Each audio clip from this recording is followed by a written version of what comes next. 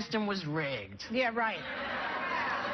You know, can I say one more thing? Yeah. You know, because Matthew Dowd made this point about how, I just was thinking while he was here, about how the leaders of the country follow the people.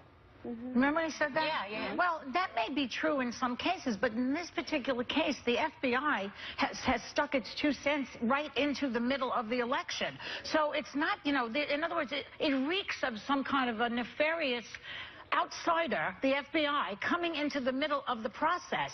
So it's not just about the people. It's about these organizations that are like, I don't want to use the word conspiring, but who are involved in our freedoms.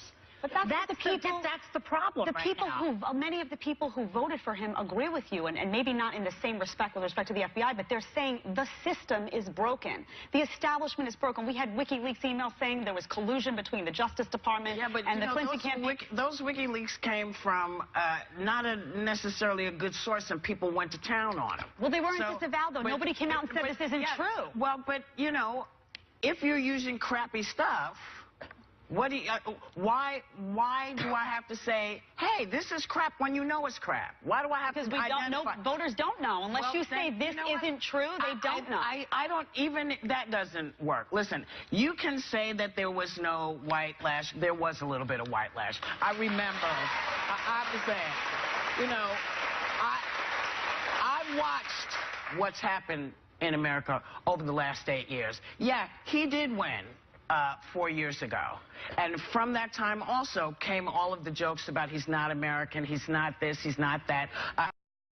Hearing people make sort of the kind of off-center racist joke that isn't, you know. About his children, or someone who said, and I'm not going to say who it was, but it was somebody sort of high up who said, you know, because think of it, this is a guy that would have been parking my car. And I looked at him.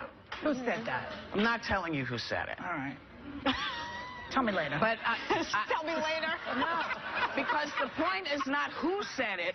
The point is that it was said. Yeah. You know, and from, you know, accusing him of looking like Curious George, all the stuff. Mm-hmm. You know, so suddenly when you hear all of this and you hear all the obstructionist stuff, and you think, well, damn. Mm-hmm. Well, you wouldn't be you wouldn't be doing this to somebody else. Why are you doing this? Well, the whole Goldberg thing was based on his race. You have to, and you don't have to understand it. You don't have to get it. Mm-hmm. But people of color know what this means. We know. Because it's part of the underlying conversation.